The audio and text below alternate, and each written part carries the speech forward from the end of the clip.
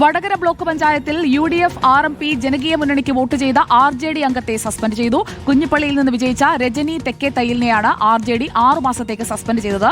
Vote രേഖപ്പെടുത്തിയ ഉടനെ തെറ്റു മനസ്സിലാക്കി ബാലറ്റ് പേപ്പർ വീണ്ടും ആവശ്യപ്പെട്ടെങ്കിലും വരണാധികാരി നൽകിയില്ലെന്ന് തെരഞ്ഞെടുപ്പ് കമ്മീഷന് രജനി പരാതി നൽകിയിട്ടുണ്ട്. സിനോജ് തോമസ് നമുക്കൊപ്പം. സിനോജ് തോമസ്, RJD അംഗത്തിന് ഇപ്പോൾ സസ്പെൻഷനാണ് നൽകിയിരിക്കുന്നത്. രജനി ഇത് മനഃപൂർവ്വം ചെയ്തതാണോ അതോ തെറ്റുപറ്റിപ്പോയതാണോ?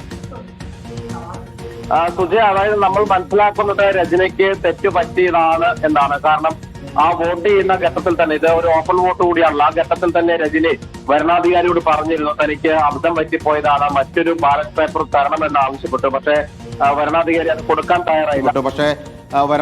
കൊടുക്കാൻ തയ്യാറായില്ല. കാരണം UDFന്റെ RMPയുടെയും ജനകീയ മുന്നണിയുടെ സ്ഥാനാർത്ഥി എന്ന് പറയുന്നത് കോട്ടയിൽ രാധാകൃഷ്ണനാണ്. അദ്ദേഹം എതിർത്തു. ആ എതിർപ്പ് പരിഗണിച്ചുകൊണ്ടാണ് പകരം ബാലറ്റ് പേപ്പർ നൽകാതിരുന്നത്. അങ്ങനെയാണ് ആ വോട്ട് അസാധുവായത്. LDFന് 7ഉം UDF RMP ജനകീയ മുന്നണിക്ക് 7ഉം സീറ്റുകളാണ് ലഭിച്ചത്. അങ്ങനെ രജനിയുടെ വോട്ട് അസാധുവായതോടുകൂടി കോട്ടയിൽ രാധാകൃഷ്ണൻ UDF RMP സഖ്യം ജയിക്കുകയാണ് ചെയ്തത്.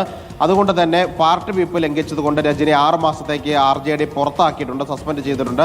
രജനി വരണാധികാരിക്ക്, ബ്ലോക്ക് പഞ്ചായത്ത് വരണാധികാരിക്ക് പരാതി കൊടുത്തെങ്കിലും വരണാധികാരി അത് സ്വീകരിക്കാൻ തയ്യാറായില്ല. അങ്ങനെ ജില്ലാ വരണാധികാരിക്ക് ഒപ്പം തന്നെ സംസ്ഥാന തെരഞ്ഞെടുപ്പ് കമ്മീഷനും രജനി പരാതി നൽകിയിട്ടുണ്ട്. ഈ പ്രസിഡന്റ് തെരഞ്ഞെടുപ്പ് റദ്ദ് ചെയ്തുകൊണ്ട് വേറൊരു തെരഞ്ഞെടുപ്പ് നടത്തണമെന്നാണ് രജനി ആവശ്യപ്പെടുകയും ചെയ്തിരിക്കുന്നത്. ഏതായാലും തെരഞ്ഞെടുപ്പ് കമ്മീഷനാണ് ഇനി അന്തിമമായി ഈ വിഷയത്തിൽ തീരുമാനമെടുക്കുകയും ചെയ്യേണ്ടത്. സുജയ. ഓക്കെ, സിനോജ് തോമസ് ആണ് വിവരങ്ങൾ നൽകിയത്.